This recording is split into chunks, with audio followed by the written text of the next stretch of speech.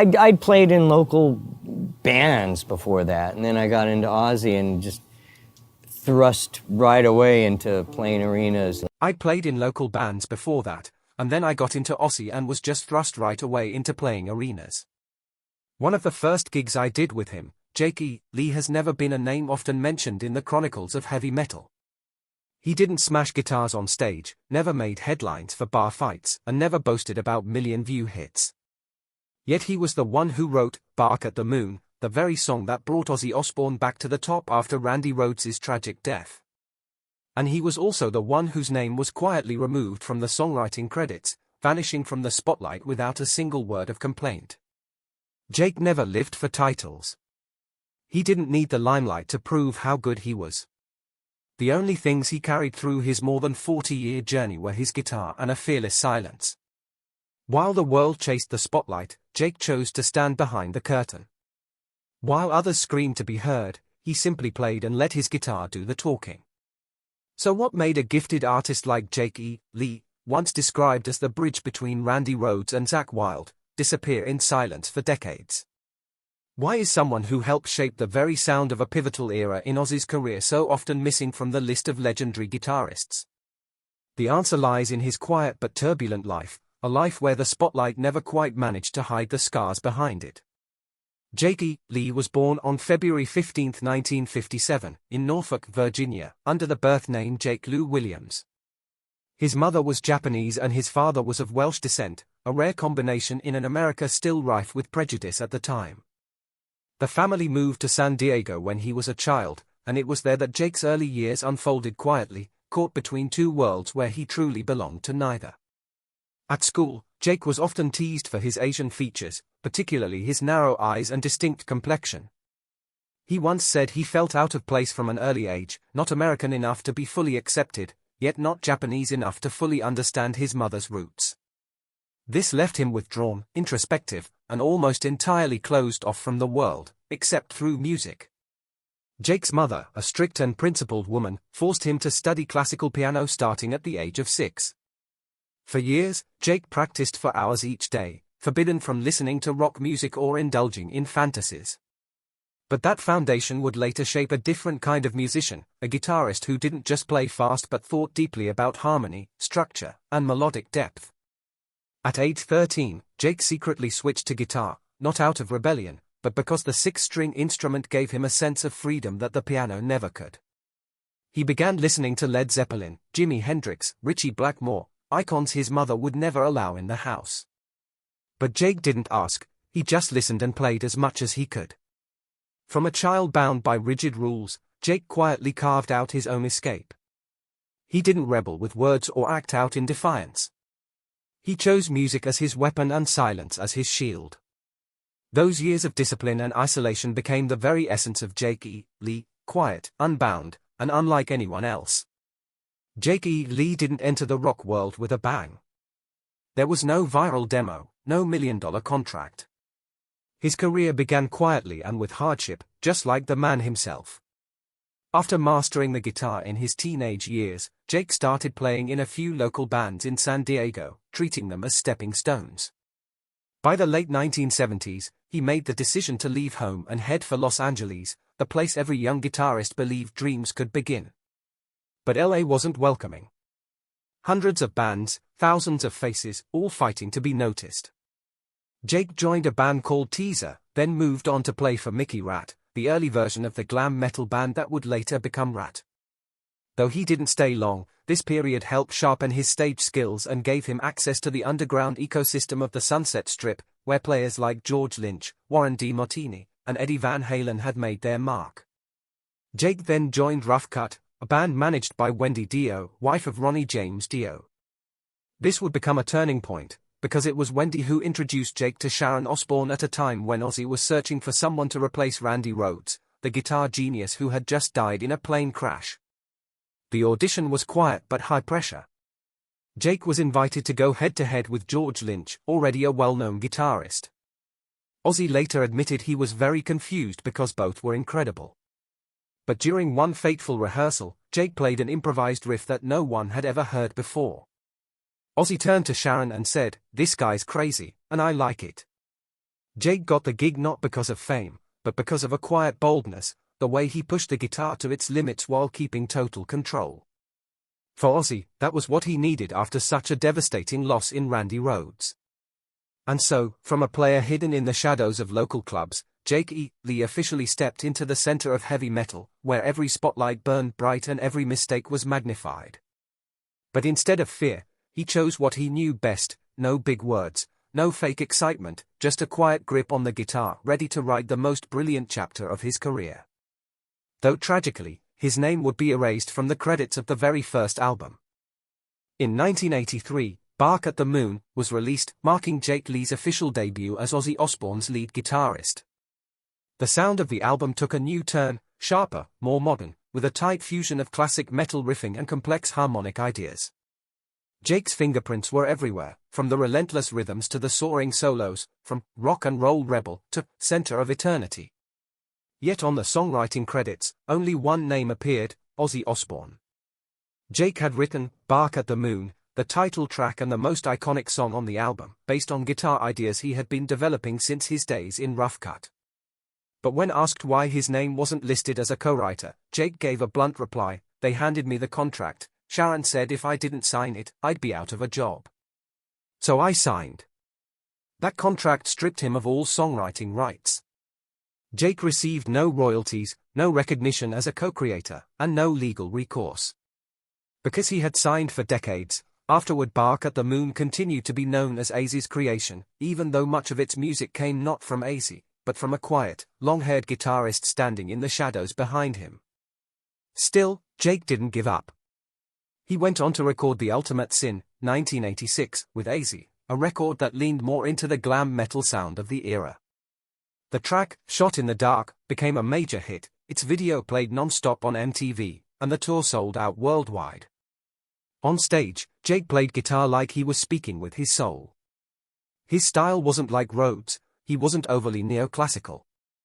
Nor was he like Zakk Wylde, no heavy-handed bravado or showy theatrics. Jake played like someone who had been hurt, precise, sharp, and with not a single wasted note. But before the lights dimmed, another blow came. After the Ultimate Sin tour, Jake found out he'd been fired by reading the news. No call. No warning. One day the headline simply announced Zakk Wylde was the new guitarist for Ozzy Osbourne. Jake was out. No explanation. For the second time, he had his place taken from him, again by the hand of Sharon Osbourne, the same person who had once persuaded him to sign away his rights. Quietly, without protest or lawsuit, Jake left just as he had arrived, in silence. But behind that silence, he carried a deep scar, not for losing his position, but because the sweat and passion he had poured into the music were never properly acknowledged. Yet Jake didn't let bitterness consume him. Instead of clinging to a big name, he chose to start over from scratch, forming his own band, Badlands. It wasn't a safe choice, but for Jake, it was the only way to preserve the last thing he had left in the ruthless world of rock: his dignity. Setbacks. The silent blows that kill belief. After parting ways with Ozzy Osbourne's band, Jake E. Lee didn't choose to remain silent forever. In 1988, he formed Badlands, a classic hard rock outfit built on raw power and pure intent. The lineup featured the fiery vocals of Ray Gillan, former temporary singer for Black Sabbath, drummer Eric Singer, who would later gain fame with Kiss, and bassist Greg Chaisson. This was the project Jake poured all his trust into. No more constraints. No unfair contracts. Just music in its purest form. The debut album, Badlands, 1989, received widespread acclaim. Instead of following the glam metal trend dominating MTV, Badlands delivered thick, blues-infused rock reminiscent of Physical Graffiti-era Led Zeppelin. Critics praised Jake's refined guitar work and Ray Gillan's commanding vocals. But just as the band found its voice, the grunge movement was beginning to rise, and there was no room for classically honest bands like Badlands. The second album, Voodoo Highway, 1991, pushed the band's creativity further. But internal discord began to surface. Tensions rose between Ray and the other members over creative direction, and the label began pressuring Jake to alter their sound to match the changing tastes of the market. Jake refused. He had no interest in becoming a clone of Soundgarden or Alice in Chains. To him, if maintaining artistic integrity meant losing sales, then so be it. Then came the most devastating blow. Ray Gillen, his bandmate, his friend, the voice of lyrics Jake had written from the heart, was diagnosed with AIDS. As the illness progressed, Ray could no longer tour, no longer record. And in December 1993, he passed away at just 34 years old. Jake made no public statements, gave no interviews. But those close to him said he was shattered, not just because he had lost a friend, but because he had lost the last shred of hope that a band could survive on nothing but music. After Ray's death, Jake virtually disappeared from the music scene. He turned down collaboration offers, refused interviews, and released no albums for nearly a decade. He didn't appear at any festivals or shows. Rumors spread that he had retired, fallen into depression, or taken a regular job to survive. But no one knew for sure, because Jake never explained. He just went silent. It wasn't until 1996 that Jake quietly released a solo album, A Fine Pink Mist, an instrumental record with no promotion, like a private letter to those who still remembered who he was. Then came Retraced in 2005. And once again, he vanished. Then in 2024, after years of silence, Jake E. Lee's name suddenly appeared in a local Las Vegas news report. He had been shot multiple times while walking his dog near his home. The motive remains unknown. But Jake suffered serious injuries to his arm, leg, and back, requiring emergency hospitalization. Miraculously, no bullet struck his vital organs. Once again, the man survived, in silence. When asked afterward if he felt angry, Jake gave a reply that sent chills down the spine: "I've been shot many times in life. This was just the first with a real gun." No outburst. No shouting. Jake E. Lee took every blow life gave him with a haunting quietness. And perhaps it's that very silence that makes the weight of his pain feel heavier than any scream ever could. In a world where artists often showcase every private moment on magazine covers or social media timelines, Jake Lee has always stood as a quiet shadow in stark contrast. You won't find him posting dinner selfies with celebrities. Few know who he's dating, who he lives with, or what his family situation is. In over 4 decades in the music industry, Jake has never married, has no children, and has rarely gone public with any romantic relationship. To many, that seems like an empty life. But to Jake, it's a choice. He once lived in a modest house on the outskirts of Las Vegas, the only place, it seemed, that brought him peace. No fans gathering. No paparazzi. Just his dogs, aging amplifiers, and a collection of guitars hanging silently on the walls. "I don't like crowds. I'm not cut out for this thing called industry networking. I just want to live," he said in a rare interview in the early 2000s. Fans and fellow musicians have often expressed regret that he didn't stay in the spotlight, but Jake has never looked back. He never needed a crowd to know his worth. After betrayals in the music business, being erased by AZ, being fired without a word, Jake learned to maintain a safe distance from the world beyond music. His silence wasn't weakness. It was armor. He understood that the more you say, the more you risk being wounded. Throughout his long absence, some rumored addiction. Others said he went bankrupt. But the truth was simpler: Jake lived just fine. He kept writing. Kept playing. He just didn't tell the world. To him, art didn't need a live stream. True music was what echoed in a quiet room at 2 a.m., when no one was listening, and no one was judging. And if there was one lifelong relationship in Jake's life, it was with the guitar. He cared for his instruments like others care for a spouse, cleaning them, adjusting them, restringing them on schedule. One guitar. His kept for over 30 years despite cracked wood and peeling paint. Never sold, never traded for a newer model, just like him. Aged out of fashion but never unfaithful to himself. Perhaps for Jake E. Lee, love was never about one specific woman. It was love for freedom, for quiet, and for music untainted by markets and trends.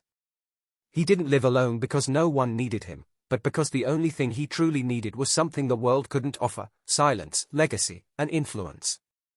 If you only look at the charts or the Rock and Roll Hall of Fame, you might not find Jake Lee's name in any standout position. He doesn't have multi-platinum solo albums. He's not immortalized on the Hollywood Walk of Fame. No major guitar company ever made him the face of their brand. But within the guitar-playing community, Jake Lee is one of the most respected players, not because he's famous, but because he's honest. When asked what makes Jake different, many artists from John 5 to Dimebag Darrell, from Nuno Bettencourt to Zakk Wylde gave the same answer: his unique ability to blend emotion, technique, and melody in a way no one else could. Jake didn't shred just to show off. He didn't race across the fretboard to outplay anyone. Every riff he played felt like a short story, with a beginning, a climax, and an ending that left the listener stunned. Bark at the Moon, even though his name was erased from the songwriting credits, remains a vivid testament to his talent. The soaring, theatrical yet classically rooted solos brought a completely new flavor to Ozzy's sound. Even without official recognition, true fans know the soul of that album was Jake. No one else. With Badlands, Jake revealed another side of himself, not just as a guitarist but as a band leader and composer. Though overshadowed by the rise of grunge, Badlands is now seen as one of the most underrated bands of the 80s and 90s. Their debut album has been favorably compared by critics to Led Zeppelin IV and Appetite for Destruction for its structure and emotional depth. But unlike those legendary records, Badlands never had the chance to become iconic because they were forgotten before they were fully understood. Just like Jake himself. The sad truth is that much of Jake's contribution has been quietly rewritten in the history of rock. On Wikipedia, his name is sometimes just a footnote among Ozzy's guitarists. At reunion shows, he's often absent. But even when he's not seen, his sound is still there, in the phrasing of a new generation of guitarists, in how they control melody, and in the unspoken acknowledgement that no one played like Jake, and no one ever will. Jake Lee is living proof that you don't need awards to leave a mark. You don't need to be called a legend to be embedded in the DNA of an entire genre. He doesn't have a statue, but he has a living influence, quietly spreading through every recording, every riff, like the softest voice in a room, yet the one that makes everyone go silent and listen. Current life: after years of living in quiet seclusion, Jake Lee faced a serious turning point in October 2024. While walking his dog near his home in Las Vegas in the early morning hours, he was shot 3 times, once in the arm, once in the leg, and once in the back. The gunshot to his back fractured a rib and damaged a lung. Fortunately, none of the bullets struck any vital organs, and he was rushed to intensive care in a conscious state. Following his recovery, Jake revealed that the incident occurred after he confronted 2 thieves attempting to steal a neighbor's motorcycle. Although he tried to de-escalate the situation verbally, it quickly spiraled out of control and led to gunfire. Currently, Jake Lee is in the midst of rehabilitation and has begun playing guitar again. He expressed his intention to complete the long-postponed Patina tour with his band Red Dragon Cartel, which had been delayed due to the COVID-19 pandemic. Though previously diagnosed with carpal tunnel syndrome, further examination revealed the issue to be cartilage loss in his right hand. Rather than undergo surgery, Jake chose to adapt, learning to play using more elbow movement and managing the pain in his own way. Despite all the setbacks and challenges, Jake Lee remains optimistic and deeply devoted to music. He continues to create and perform, proving that true passion doesn't fade, it endures. Jake Lee was never the victor in the race for fame. He was erased from the credits of the very song he wrote. Fired while still at his peak. Watched his most heartfelt band fall apart. And lost a musical soulmate far too soon. But through all those losses, there was one thing he never lost: his identity. Jake was never the greatest, best-selling, or most famous guitarist. But he was one of the most authentic. While others bent to follow trends, Jake stepped back when he could no longer be himself. While others boasted of achievements, he let his guitar speak. And while noise dominated the airwaves, he crafted melodies strong enough to survive in silence. Jake Lee's life is proof that not everyone standing center stage is truly shining. Sometimes light comes from the shadows, from someone quietly keeping the flame alive. Not for money. Not for recognition. But simply because life without music is no life at all. After everything, childhood isolation, a forgotten career, even a shooting that could have ended it all, Jake came back. He picked up his guitar again. With a wounded hand, he refused surgery, choosing to endure the pain so he could continue playing.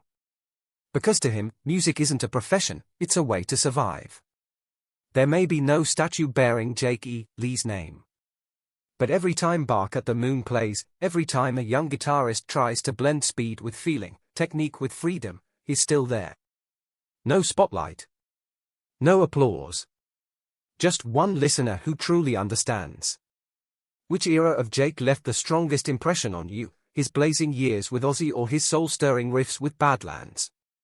Share your thoughts in the comments below.